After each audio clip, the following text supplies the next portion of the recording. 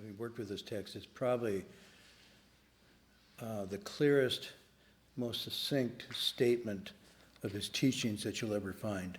I mean, it's just an incredible summary, these 3 pages.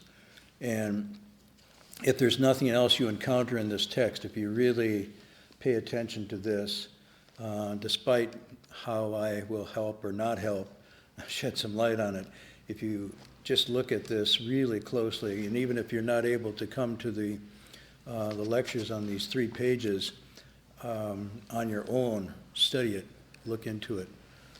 I would encourage you to memorize it. It's just really the essence of his teaching, and I would say probably the essence of what we call Buddhism is in these last pages.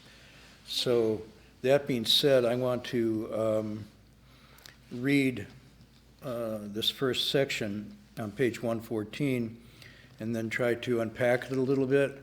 If you have some questions about it, there's things that you want to emphasize or ask, there's an opportunity to do that. So let's just start. You all know where we are. He's getting ready to leave. He's saying, leave these teachings behind for others.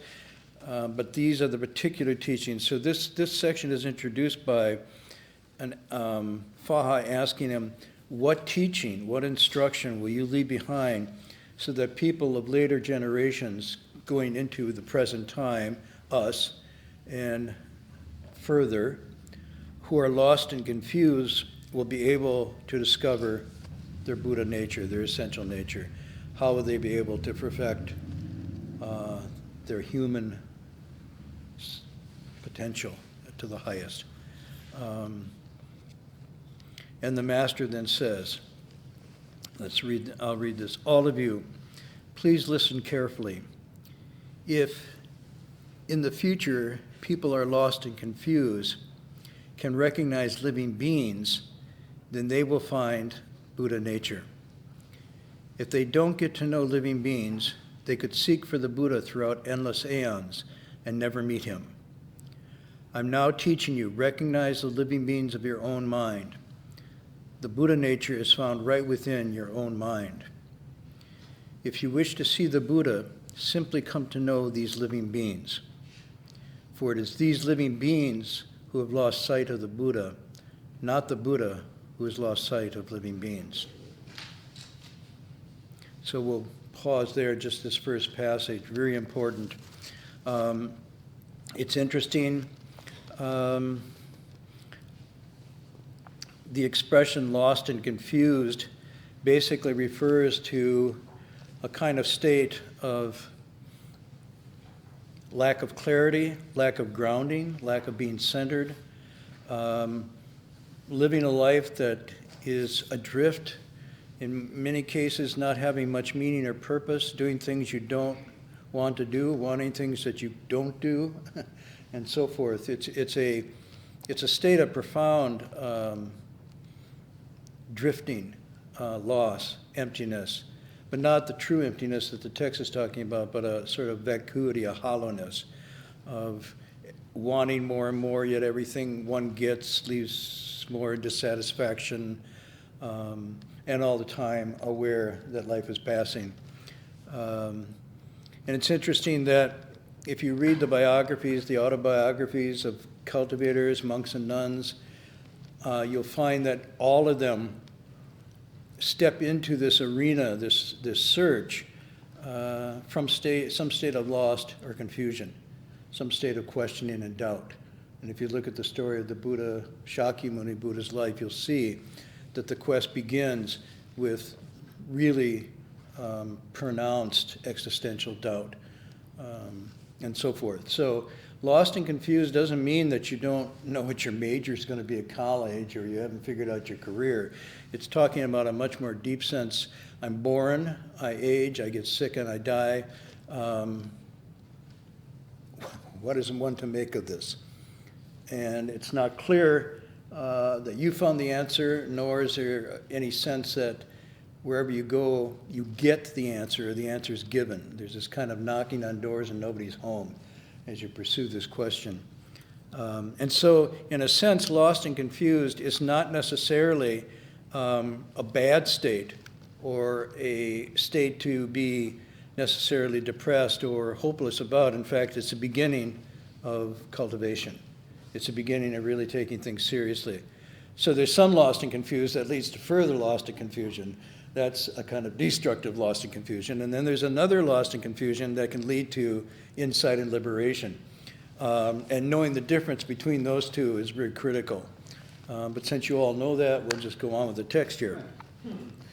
It's interesting, too, that he says, recognizing living beings. So he doesn't say memorizing text. He doesn't say go to the temples. He doesn't even say take refuge or study or memorize or sit in meditation. He says recognize living beings. Why? Why does he emphasize this? I mean, it's the first thing he comes to in this final teaching is to recognize living beings. Guesses? Want to try?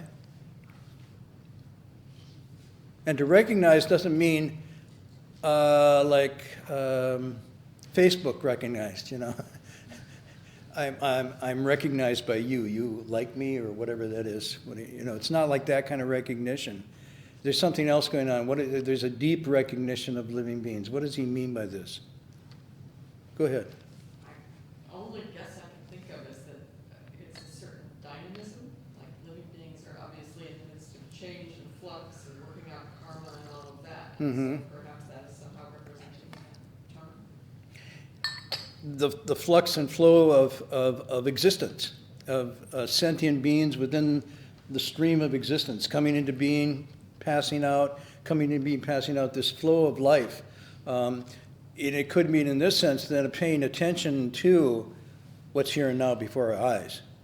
Living beings is not distant. It's not saying pay attention to gods and deities and faraway metaphysical beings, but pay attention to living beings right in one's immediate surrounding.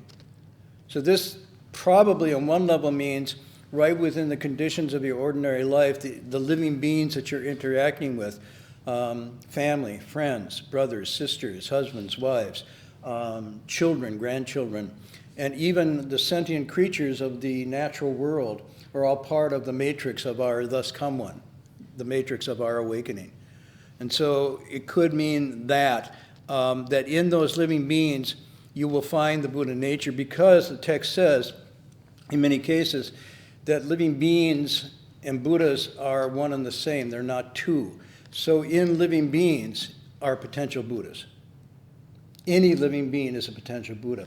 And that's why you have many texts that talk about the dangers of arrogance, where you're looking down on others, you're sort of denigrating them, will obstruct your own awakening, and also slighting them, either indirectly through gossiping and undermining their name and reputation, or even in your minds constantly just looking down on others and feeling no one measures up to me. Even in my worst day, I'm better than most, you know, da-da-da-da-da. That kind of thinking really alienates you from Buddha nature. It's very interesting. So it's almost like built into this is a sense of compassionate identity with all that lives. This is very, very important. So that's one level of this. But there's another element here. He says, if you don't get to know these living beings, you could seek for a Buddha throughout limitless, endless aeons, and you'll never meet him. And again, why I think this is important, why this last section is important, he's saying that Buddha, whatever you mean by that, the fully awakened potential of living beings, is in the here and now. It's in this world. If you seek for it outside of these conditions, outside of your social relations, outside of your individual identity and understanding psychologically of yourself, even outside of the world that you're in now, do not seek for another world, is what he's saying. It's here and now in this world. Now, it doesn't mean that the way the conditions are set up and the way we're working with these conditions is awakened Buddha land, Pure Land. It simply means that's the raw material of it. And there's no other way to get that except through working through perfecting, refining the here and now of our relationships, of our lives, of our, Yeah, this is really... The line before that, though, is really interesting. He says,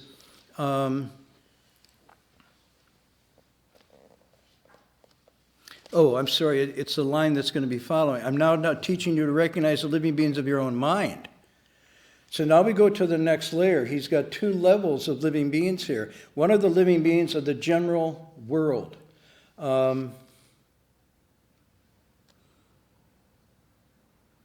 this is called, in Chinese, Tong Ti Da Bei, single substance, great compassion. It means that I, like all living beings, have a single nature, a single substance, a single common shared destiny, fate, conditions. And it doesn't matter, young, old, male, female, this culture, that culture, past, present, or future. All living beings are caught up in the same, and therefore we are almost inexorably not that different. Not that different, really. But this one is a living beings of your own mind. What does that mean? And then he says, the Buddha nature is found right within your own mind. Anybody? Yeah. I was just thinking your thoughts, your conceptions of things. Okay, your thoughts, your conceptions. And he, in that sense, then, these are living beings. He doesn't present them as abstractions. Well, that's very interesting. Are your emotions, are your feelings, are your memories living beings? Yeah, they're pretty strong, they're pretty powerful. When you entertain certain thoughts, feelings, emotions, there's a biophysical thing that's going on. It's not just abstractions. And sometimes in your dreams, things arise, and these are very much living. You can sweat, you can shake, you can laugh in your dreams because you're confronting living beings of your own mind. So they're not like they're abstractions. I'll give you page 56, if you would. Just go back and we'll look at that.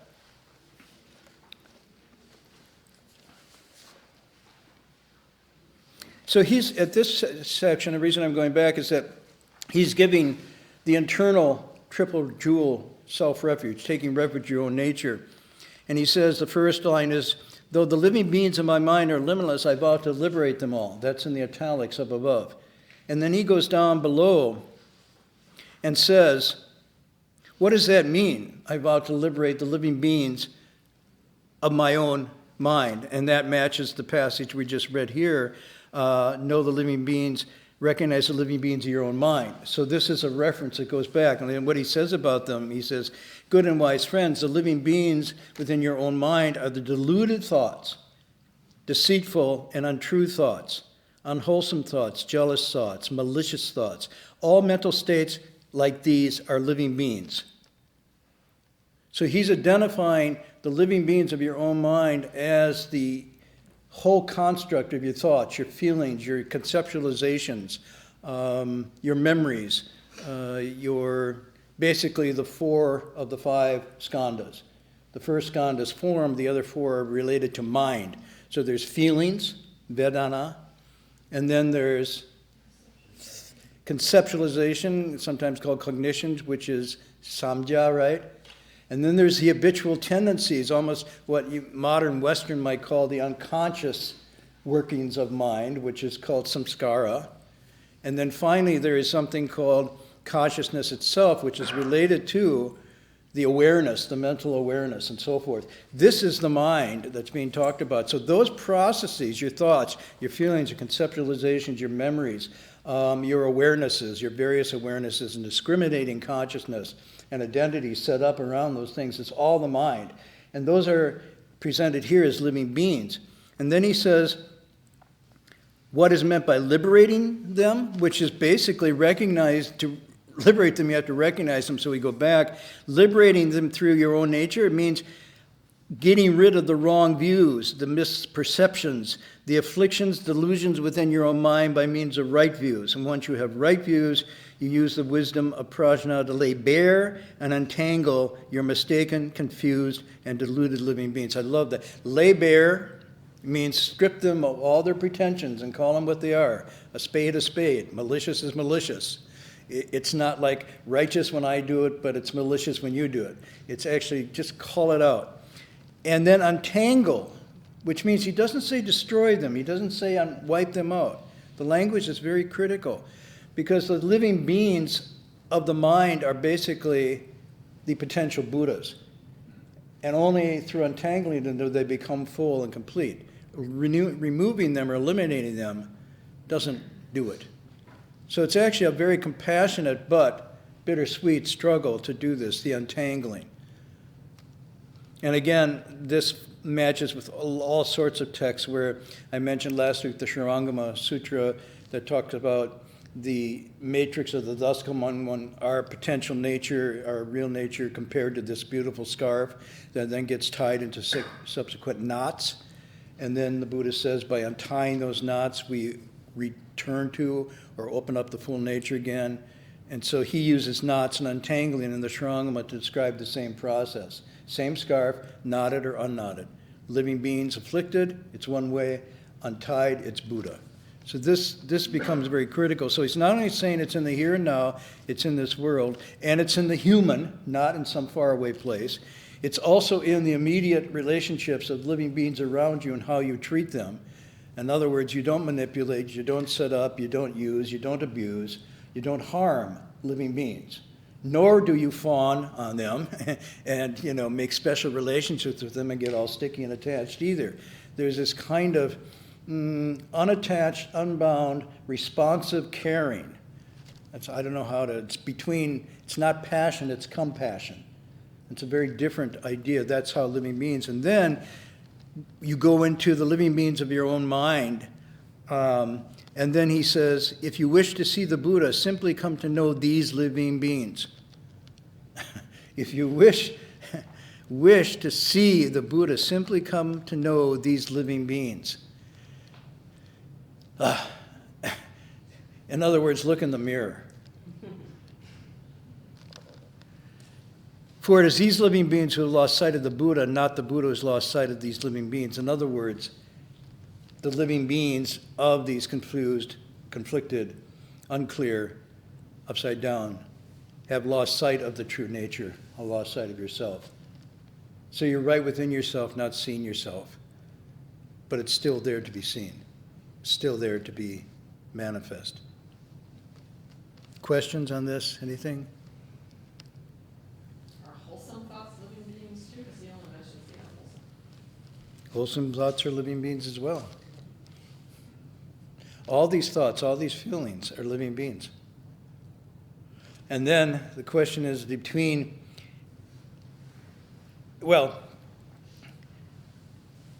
but you also want to cross over wholesome thoughts, if you look at what he's saying.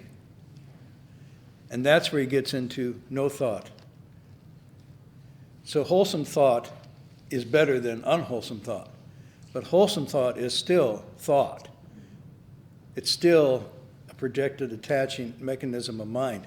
So no thought means you don't have to think wholesome. By inclination, you have crossed over so much attached, confused, grasping, blah, blah, blah, that your natural tendency is wholesome without striving to be wholesome. And this is what he calls no thought. Wuju, wunian, wuzo. It's all the emptiness of, and that's when he says, before a thought of good evil rises, what is your original mind? Remember that passage in here? He doesn't mean beyond.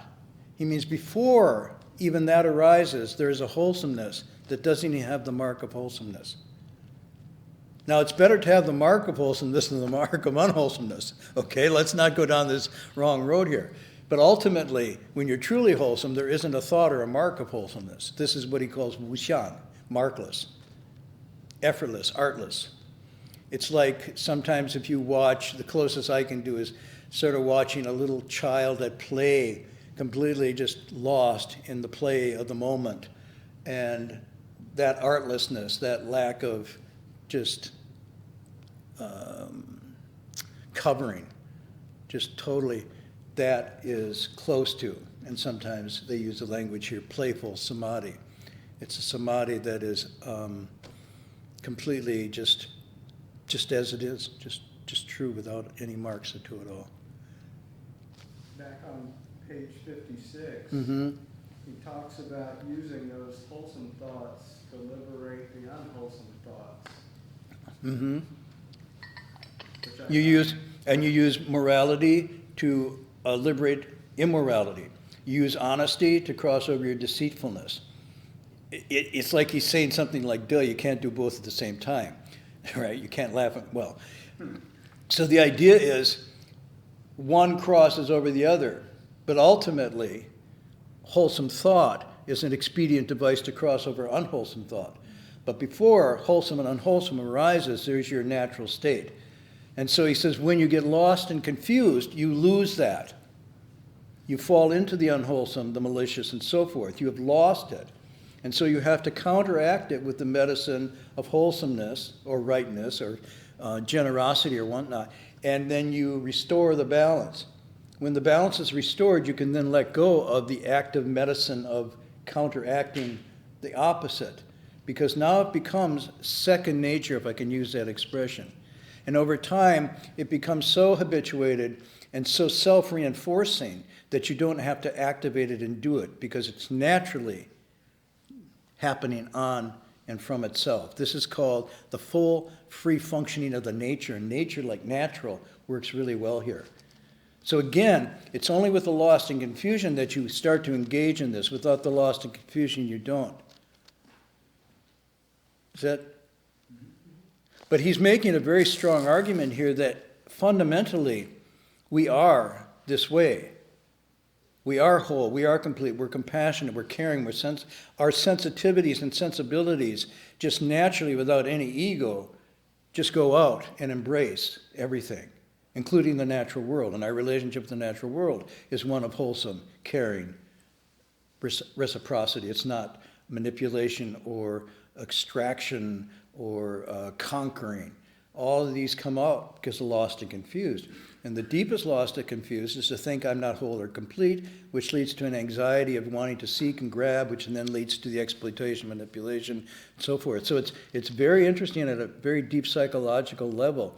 It's not even necessarily malicious as much as it is an anxiety or fear driven by misunderstanding, anxiety, and so forth. So this, you got to really work into this. But he's saying, quite naturally, this is being spooked. This is you're getting off center a little bit. As soon as you're off center, then you wobble, and the more you wobble, the wobbling gets worse, and pretty soon you're discombobulated completely. Yeah. Any more on this? Questions, comments? You're all thinking, but that's okay. You don't have to share. Okay, next line. When awakened to the essential nature, the living being is a Buddha. Confused about your essential nature, the Buddha is a living being. If your essential nature is balanced and centered, the living being is a Buddha. When your essential nature deviates off course, the Buddha is a living being. What he's describing here is very interesting. He is doing his expression of non-duality, bu-ar. What he means by non-duality is there is a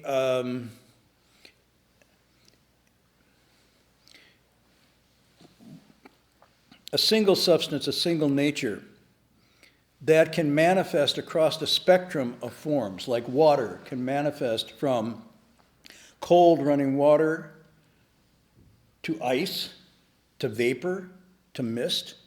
It's still the same substance, but it goes in different forms. He's saying the same thing here. On one end, you have nature free-flowing, not encumbered in any way. Let's call that free-flowing pure water Buddha. That same water under different conditions can get hard, can turn to ice, and that's why he says the living beings and the Buddha are just different manifestations of the same substance. Working, functioning well, this mechanism is Buddha. Off course, a little off, it's a living being. It's not like you lost the Buddha, but really it was just a misfunctioning. And they use the word yung in Chinese. It's a functioning, it's a doing. So this functioning is how he describes it. He doesn't describe it in ontological terms. It's here and not here, is and not is, which is dualistic. He describes it as merely a difference in use or functioning. When we're on our game, so to speak, When we're spot on, we are Buddha. We're seeing things clearly. We're not seeking, we're not grasping, we're not coming from any unwholesome agenda, da-da-da-da-da. And we are in the total fullness of what it means to be awakened Buddha. Step off a little bit, one wrong thought, one wrong feeling, one attachment, one regret, da-da-da-da-da, and it becomes a living being. Not two different substances, just two different forms of the same thing. So that's why this passage is extremely important, that Buddha is a doing, it's a balancing, it's a functioning of the full capacity. It's not something that you get, and especially not something you get from outside. And he says this again and again, do not seek for this outside. It's right within your own life and your own being. Balance it, get it straight, refine it, make it work. It becomes awakened, deeper awakening until it becomes Buddha. Let it go, neglect it, don't attend to it, and becomes living being, and even really almost into the lower realms. So you can see the 10 Dharma realms, from hells and animals up to Buddhas and Bodhisattvas, is a plasticity of possibility on the same substance, on the same spectrum, just depending on use. You had a question? So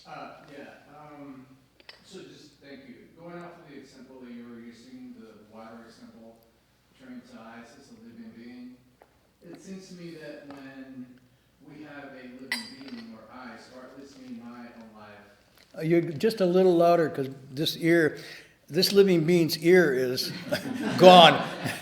So I've lost I got my non-dual, I'm only one. So just a little louder. Sure. So going off of your example, the living being, the water example, I really like that. So when it turns to ice and now we have a living being, it seems to me, for my personal experience, that there seems to be a little bit of a struggle in wanting to get those living beings back to a fluid nature of the true essence, right? And so it's that small struggle, or sometimes it can be big, that turns sometimes into a morbid reflection. And so it's just that balance of like figuring out for me, like, okay, so I got this living beings over here, they're ice, right? And in that struggle, it becomes like a clinging attachment to try to turn them or unknot the ties. And so it's just that little balance of like often questioning what to do with that. Oh yeah, you're right on. It's definitely a struggle. You just tell the damn thing to melt. You melt. You melt or I'm going to smash you. No, I'm joking. You almost, and again, the language is very interesting. This is where the paramita, the perfection of patience, comes in. And the patience doesn't mean you just simply endure it. It means you don't give up.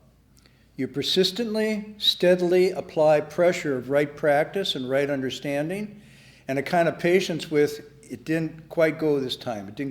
You don't have an agenda for how fast it's going to happen, but you don't allow yourself the option to bail out. Okay, you're going to say, I just discovered a living being that is really a nasty, okay? And it's deep in there. And it's got a whole bevy of living beings. It's a whole team, and they got lawyers, and they got the whole thing. And so when I confront this, I am overwhelmed. It could be a desire, it could be a lust, it could be a fear, it could be a vengeance that you're holding. And when that comes up, your whole body twists, your biophysical body twists, your stomach twists, the hormones go blah, blah, blah. And you go say, I can't take this on. This is like David against Goliath. And you just say, okay, I'm going to stay the course here. I'm just going to keep coming back and coming back like water against a rock. Eventually, the water persists and the harshest rock becomes soft and rounded. Doesn't happen automatically. You don't have to get a pressure hose. Or smash the rock. You just stay with it. That's when you understand the theory that this actually does work with persistence and patience, you can then trust and relax. You don't have to get nervous. The nervousness comes from not trusting in the method or the teachings, and more fundamentally, yourself. Not trusting yourself. But if you trust in those three, that I have a good method here, the theory's sound, and I trust that I can, with persistence and patience, do this, that already drops down a notch, the giantness of these afflictions. But it's almost like working with children. That's how I visualize it. Working with children requires a great deal of care, attention, patience, reworking different ways to come at it, sometimes enticement, sometimes scolding, gentleness, sometimes silence, blah, blah, blah. You work, and eventually you can see something happening if you're true and you're honest and you're just patient long enough. But it doesn't happen quickly. Now, sometimes they happen quickly. Sometimes you can recognize a fault or a bad habit and say, hey, that's it. We aren't going to do this anymore. I've seen people like quit smoking just like that, or quit drinking, or getting stoned or something like that. Or even people say, from this day forward, I'm never going to lose my temper again. Sometimes that, but then those damn living beings come and they cause me to lose my temper. Those things you got to have a little humor and a little patience with. But if you just stay with it, when I once asked my teacher, what's the secret, for doing this? Because I had the same thing. I recognized a few living beings that were pretty tough characters. And he said, you really have a dumb teacher. I only have a very simple method, hard work and patience. I said, like, not some secret mantra or something? No, hard work and patience. Whoa. And it's interesting, if you want something really badly, you don't even think if you're going to stop with your hard work and patience. I mean, you almost to the point of obsession. It's like, you watch people who have these goals, they really want to get it, and they will hard work and patience themselves to the grave. But changing ourselves from a living being into a Buddha, it's like, I don't know, try a little. You got to have that same kind of almost unrelenting yet gentle persistence. And you can only do that if you have, I won't say faith, trust, I will use that word, in the method of the teachings and in yourself. And then you're set to go. And it's amazing with that alone, it softens. It reduces the size and the intensity of these afflictions alone, because basically they've got nowhere to go. As soon as you say, well, let's negotiate, they will take over again. Yeah. But sometimes fear cripples us, and I'm going to say something more subtle. Sometimes we allow ourselves to be afraid so we won't have to change. Then it gets really, when you get in working with the mind, it's really an interesting place how it works. Okay, good question. Yes? There's something about the acceptance of the living beings that reminds me of sort of a state of curiosity. There's something about living beings, what? This, there's a kind of acceptance in this text. There's an acceptance of the living beings, which reminds me of a kind of a state of curiosity. It's almost alluded to in the earlier text where it talks about the untangling of the untangling things, like just seeing the tangle and then just very gradually, patiently, methodically figuring out the loose ends, how to manipulate it. There's a reading that I did recently that also talks about a state of confusion as being a chord, like a musical chord, where it's made up of many different notes. And that kind of spoke to me also, which is that sometimes for me, my sense of despair presents itself as one huge, overwhelming thing, but then when I sit with it, I start to understand that it's actually made up of many constituent parts, and that comes out of my meditation. Well, now if you use that analogy that you're just using, which is one the Buddha uses, another, a guitar or a lute. And he basically is teaching one of his disciples who's a skilled guitarist or luthier, and he says, here you have the strings. And he goes, blung, and it's and the guy, no, it's not in tune. And so the Buddha says, what is it? Well, you have to, and so the Buddha cranks it all up. He says, no, it's too tight. You're never, and then the Buddha, boom, boom, boom, drops him down, balloon, no. And he said, there, you got it. And he said, my teaching to you is the same way as this. These are attuned, it plays this beautiful, resonant, lovely thing. Slightly out of tune, it's not. And it's the same way, the living beings and the Buddha are different just between attuned and not attuned. So what you're doing, if you want to use that as a metaphor for cultivation, what you're doing is you're tuning up the Stradivarius of your own. You are, all of you, Stradivarius type. Everybody knows Stradivarius? Okay, well, I don't know. Some people don't know and think it's a pasta dish at a restaurant. It's probably in terms of wooden instruments of the time, probably one of the best makers. I think Cremona. He lived in Cremona, Italy. In fact, oh, this is very interesting. Now I'm digressing, but anyhow, well, they sealed off the town. They wouldn't let anybody move in Cremona because they wanted to take these Stradivarius instruments out of their museum and play them, record the notes at the highest level, right? And so somebody was saying, 3 blocks away, well, the mayor declared total silence in the hall. They're recording. 3 blocks away, a waitress brings a cup of espresso to this customer, who drops it, and it hits the floor. And at that, within seconds, 3 blocks away, inside this completely sealed place, the man who's in charge of the project, the conductor, says, "Stop, stop, it's ruined." The noise interfered. And they're going, "What noise? You didn't hear it?" And his ears and sensitive, so sensitive to the actual vibration that came through the cobblestones from that cup dropping 3 blocks away, entered and it's disturbed the hall.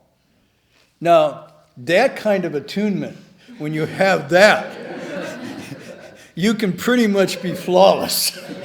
Most of us is like, "What was that? I didn't hear anything." We break glass, we ruin lives, we destroy ourselves, and it's like, what happened?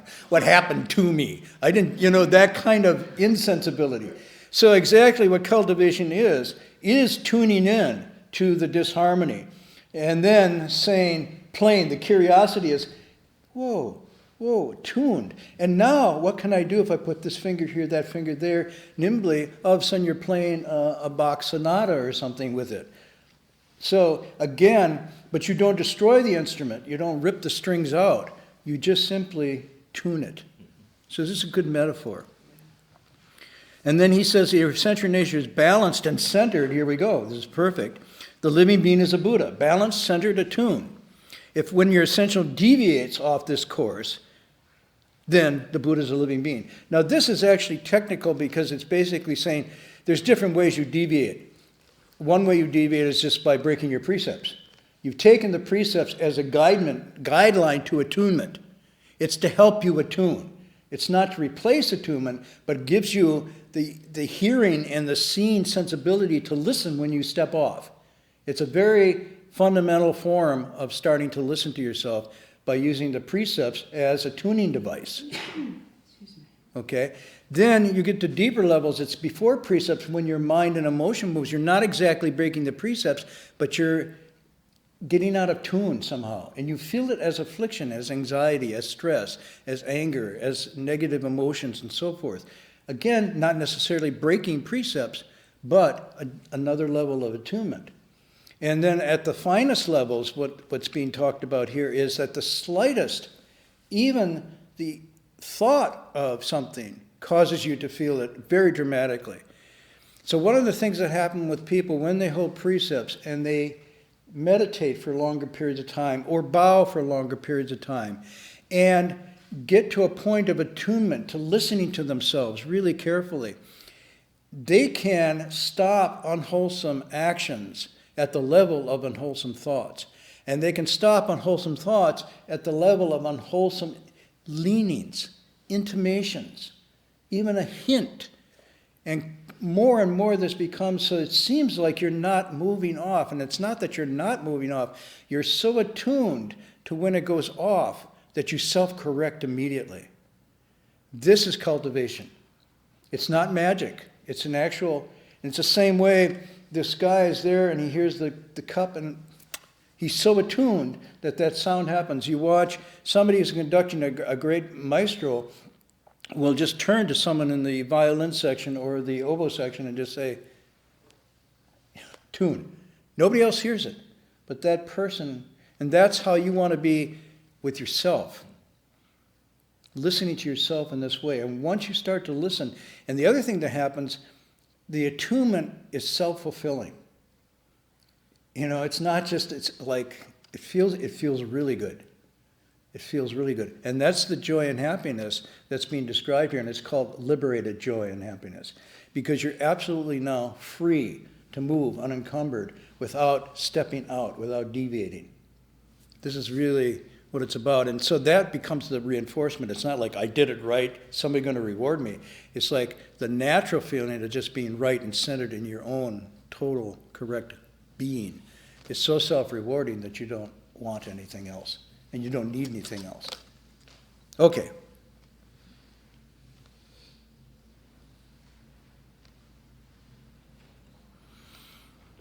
I was going to share something tonight. I will maybe share this with you because otherwise I'll forget.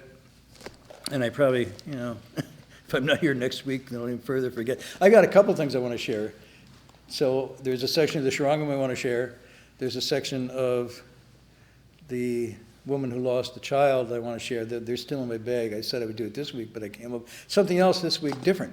So I'll share this tonight. This has to do with the idea of this passage we just read coming up. If you see down below where it says, your own mind is Buddha, never doubt this. This section. So the passage I want to share tonight, should I share it or share it for next week? Tonight? Okay. So let me go back. When I was doing my dissertation, I was really interested in how Buddhism was impacting Europe and America, and how Europe and America was impacting Buddhism. That was one of the things I was really interested in. And my research led me to this renaissance of interest in America to Buddhism that wasn't the 1960s, nor the 1970s, nor even now, but back, in the late 1800s, early 1900s. So at that time, for various reasons, there was an incredible blossoming of interest in Buddhism in America. And particularly it was intense in the Boston area. So people at the time said Boston at that time was like Berkeley during the 60s and 70s, if you can imagine that. Somebody said you could walk down the streets of Boston and run into every yogi, guru, teacher from various parts of Asia that you'd never ever find even if you went to Asia. And they were all concentrated in Boston at this time. So there's a lot going on of interest in Buddhism. And some of the more interesting people that were caught up in this were the literati, the educated elite of the Boston area, including families of the Boston Brahmins, if you know that lineage, the Lowells, the Pauls, the Lodges, and the Bigelows, and right, y'all. Huh? Cabots. The Cabots, right. So these are the families that go back to the Mayflower, the founding families, and they're called the Boston Brahmins. Anyhow, there were a number of them that got really interested in Buddhism, and I told you some stories before. One was William Sturgis Bigelow of the Bigelow Brahmins, who converted to Buddhism, actually took some vows of ordination, not monastic completely, but a priest, but never could completely convert. So he would wear his three-piece suit, do his hospital rounds as a doctor, and then on the weekends he'd row his boat across to one of the islands off the Sound, and he had a little monastery temple set up there, and he'd put on his black robe and chant and read the sutras and meditate, and then he'd row back in on Monday and do this back and forth. His family didn't really let him. He was kind of a closet Buddhist. They wouldn't let him really go full swing. But and then he spent a lot of time in Japan. That's where he'd go back and forth. So actually when he died, he left in his will that after he was cremated, half his ashes went to the Beacon Cemetery in Boston, and the other half went to the small temple on a mountain in Japan. So he was divided in life, divided in death. Very interesting. Others include, let's see, Lowell, of the Lowell family, Lafargue, who was a famous artist and poet at the time. Ernest Fenollosa was a professor at Harvard and went over and taught in Japan. And Henry Adams, the brother of, Henry James, the brother of William James. Henry James was the famous American man of letters and author and so forth. So Henry James commissioned a statue of Guanyin Bodhisattva to be put in his garden in Boston. It's magnificent, if you ever get a chance to see it, in commemoration for his wife who died young. So he wanted to have a positive, liberating memory and not just be morose. So he had an image commissioned of Guanyin Bodhisattva, bronze, to be put in his garden so he could feel his wife not gone, but transformed or moved on in some way. So it's very interesting, their attraction to Buddhism. The one person I was going to share with you tonight is a person called Lafcadio Hearn, who was a famous journalist at the time, who then went to Japan, became a Japanese citizen, took on a Japanese name, and died in Japan, but was a famous American writer, man of letters, really a wild character in some ways, but really interesting. And it's through his writings, especially in magazines at the time, that a lot of Americans got their first flavor of what it meant to be Asian in a positive sense, but particularly a Buddhist. So he sent back in his journals writings about Buddhism. The one story I would tell you is just kind of when Buddhism was so unknown for the most part in America at that time, when Henry James and Lafargue and I think Lowell were going to go to Japan and try to get enlightened. They really wanted, hey, come on. They wanted to get enlightened. And so the best way to Japan, of course, was to go off of San Francisco and go Pacific Ocean. So they're traveling by train from Boston to San Francisco, and they stop someplace, I think in Wyoming or Montana for a break, and they're standing on the podium stretching themselves and whatnot, and this local cowboy comes up and says, what are you city dudes doing here? Well, we're from Boston. You're from Boston? What are you doing out here? What are you after? Well, we're searching for Buddha. And the cowboy kind of felt like he was being put down, so not to look like he was put down, he said, well, they're out of season. And he walked away thinking they were some kind of funny antelope that these guys were hunting. We're in search of Buddha, like elk. Right? So this one I want to share with you tonight is actually from Lafcadio Hearn. And see if I can find my notes here. Yeah. So Lafcadio Hearn is the same idea. Basically, he's born in 1850, he dies in 1904. So he died pretty young.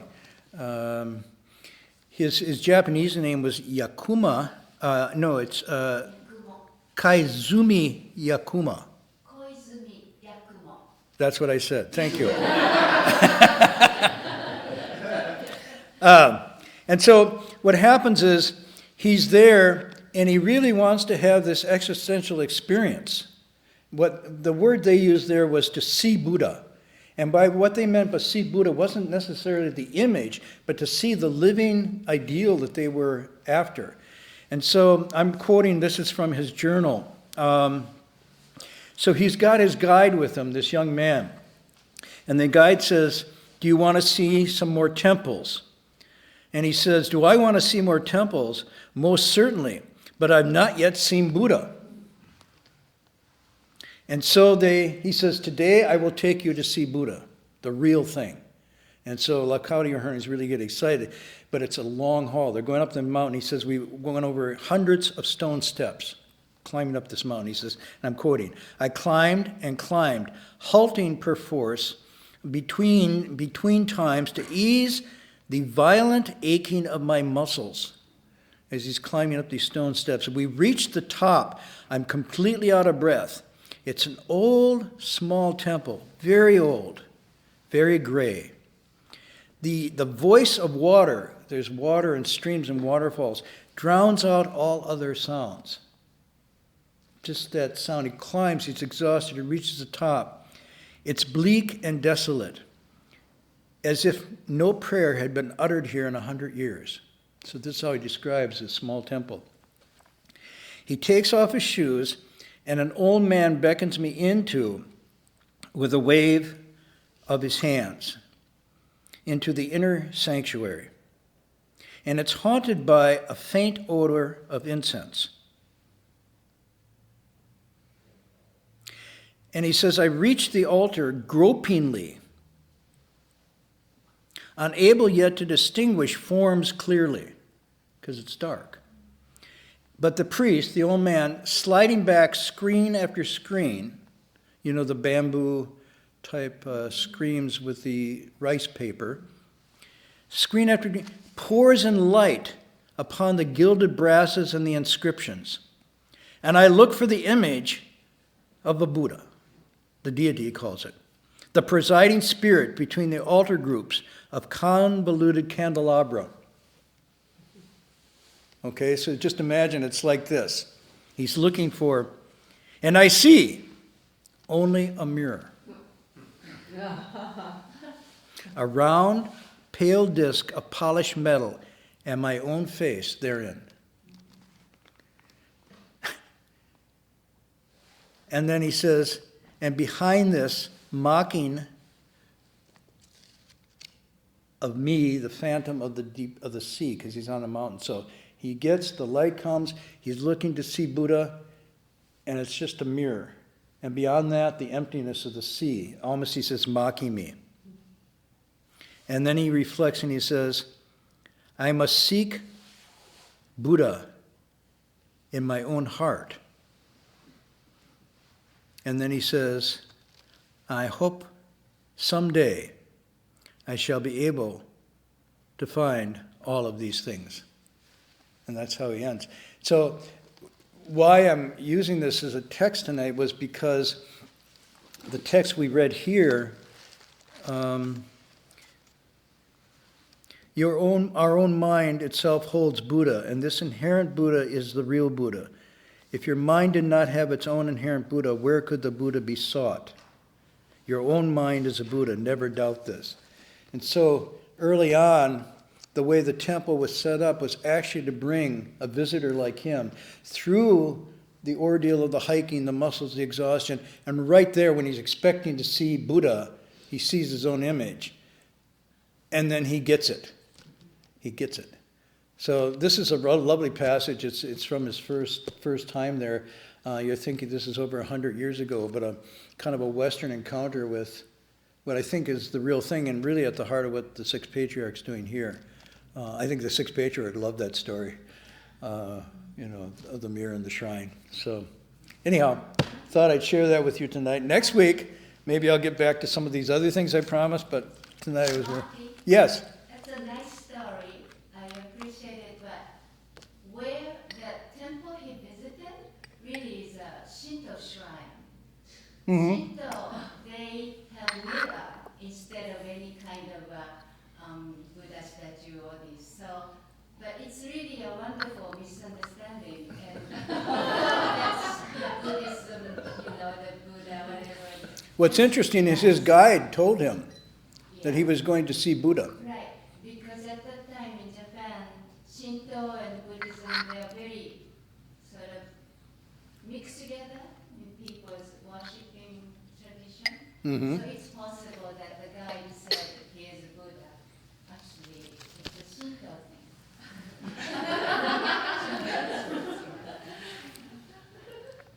If you look at the early texts that we have, you notice that at the time of this Buddha, it was all mixed together too. And if you look at my teacher, when his teachings, it was all mixed together too. Confucianism, Buddhism, sometimes Old Testament, sometimes New Testament, sometimes Sutra, East and West, young and old, all mixed together. So the question here we're asking is, are these things really significant?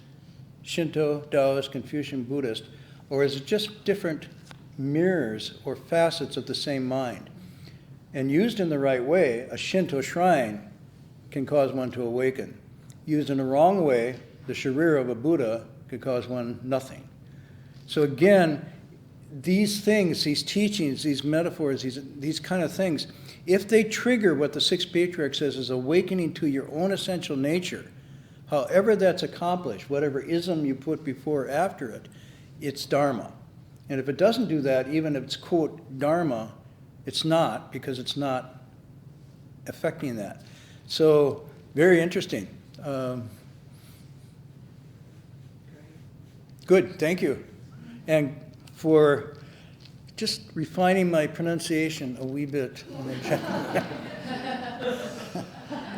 Okay, we'll close announcements and then we'll do the transference.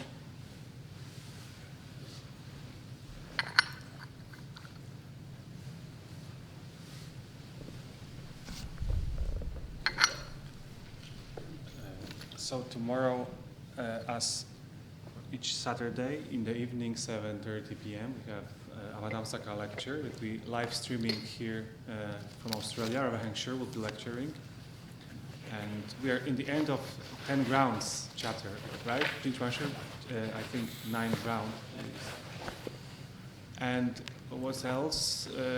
Wednesday, Stephen Tainer, 7:30 p.m. Thursday night, Berkeley Insight Meditation Community. And Friday, next week, Marty will teach. All things being equal, we'll pick up again next Friday. Okay.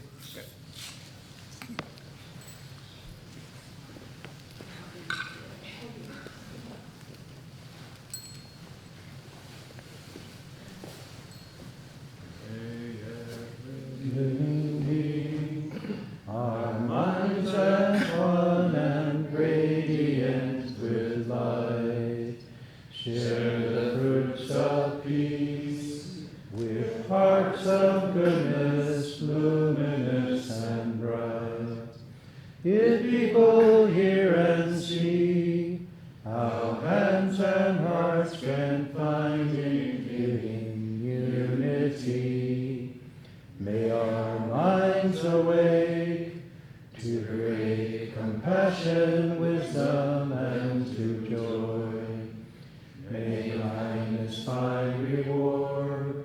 May all who sorrow leave their grief and pain. May this boundless light break the darkness of our endless night. Because our hearts are one, this world of pain turns into paradise. May